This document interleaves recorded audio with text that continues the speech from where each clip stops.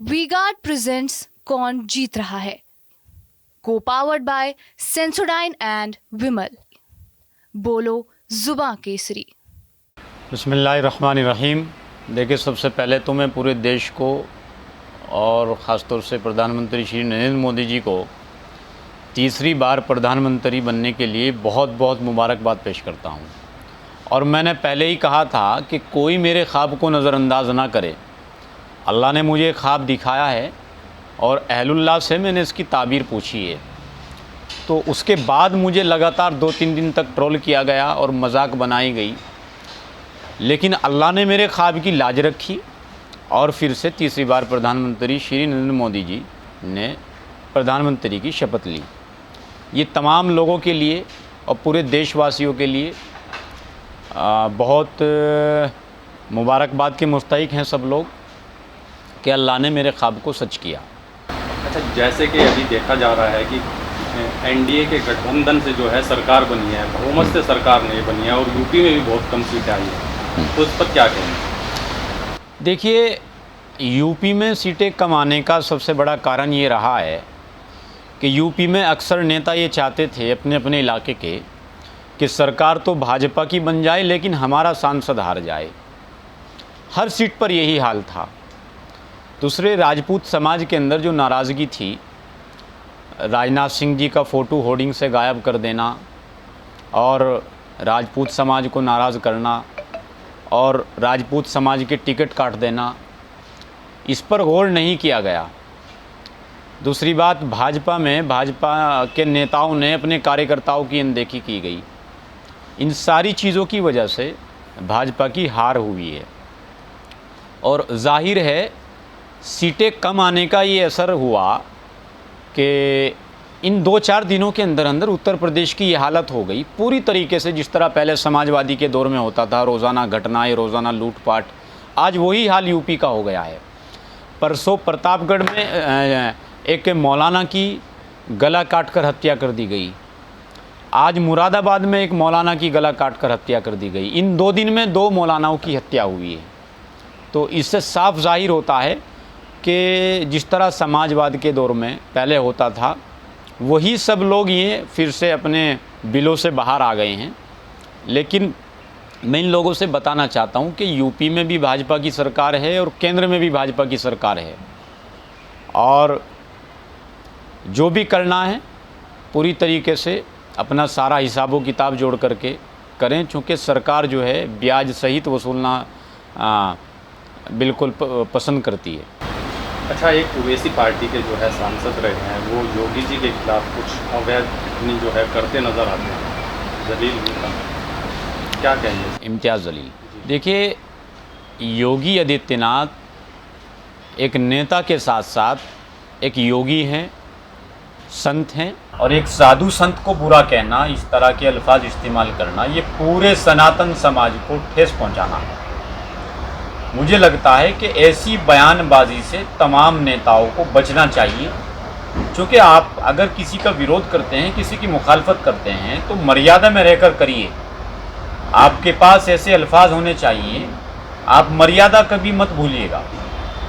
क्योंकि एक तरह से जिस तरह योगी जी का पूरी तरीके से कार्यकाल रहा है, भ्रष्टाचार मुक्त, अपराध मुक्त, ये इस चीज़ को दर्शाता है कि वो उत्तर प्रदेश में राम राज्य स्थापित करना चाहते हैं, और राम राज्य बुरी चीज़ नहीं, अच्छी चीज़ है।